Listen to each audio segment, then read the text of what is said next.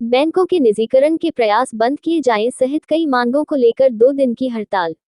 कहा सरकार को पुनः लाने में की मदद, फिर भी 2 बैंकों को बेचने को किए गए प्रयास। बोले जो पुरानी पेंशन थी हम लोगों को वह बहाल की जाए और नई पेंशन बंद की जाए। Firozabad UP bank employees union के बैनर तले 28 व 29 मार्च 2022 को राष्ट्रव्यापी हड़ताल के चलते फिरोजाबाद शहर में भी इसका असर नजर आया। उक्त बैनर के तले यूनियन के जिला सचिव अशोक माहेश्वरी के नेतृत्व में बैंक कर्मचारियों ने Punjab national bank Agra gate पूर्ववर्ती ओरिएंटल बैंक ऑफ कॉमर्स पर एकत्रित होकर प्रदर्शन व सभा की।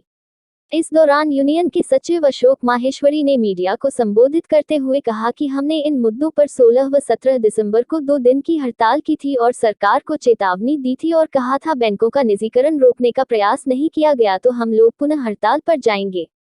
उस समय सरकार ने ठंडे बस्ते में डाल दिया। अभी हम लोगों ने इस सरकार को पुनः लाने में मदद की। उसके बाद इन्होंने पुनः बैंकों को बेचने की प्रक्रिया शुरू करने की कोशिश की।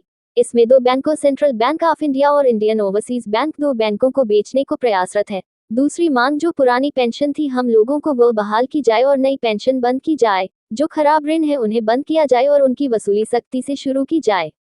महंगाई भत्ते से जुड़ी पेंशन योजना शुरू की है।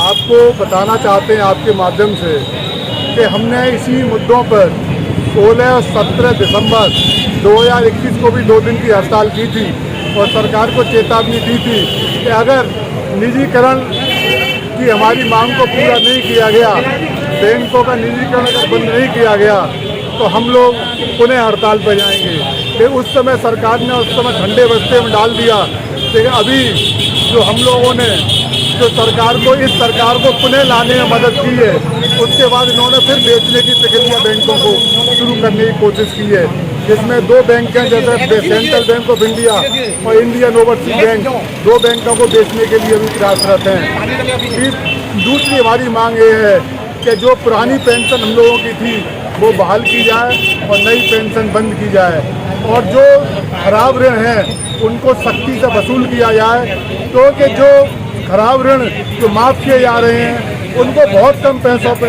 बड़े उद्योगपतियों को बेचा जा रहा है। उन बेचने के चक्कर में पैसा सरकार का है, किसी और का नहीं है। जैसे अभी हमारे पूर्व साथी ने कहा था निजीकरण में पैसा निजी क्षेत्र में चला जाएगा। आपका पैसा जो आज बैंकों में सुरक्षित है वो सुरक्षित नहीं रहेगा। आपको मालूम होगा कि आज बैंकों में किसान सम्मान निधि हम बांटते हैं, विकलांग पेंशन हम बांटते हैं, विधवा पेंशन हम बांटते हैं। क्या ये कोई प्राइवेट बैंक करती है? प्राइवेट बैंकों में इतना ज़्यादा स्टाफ दे रखा है और सरकारी बैंकों में बहुत कम स्टाफ है। हमारा स्टाफ बहुत दबाव में काम करता है। हम सरकार से मांग करते हैं कि नई भर्ती की जाए।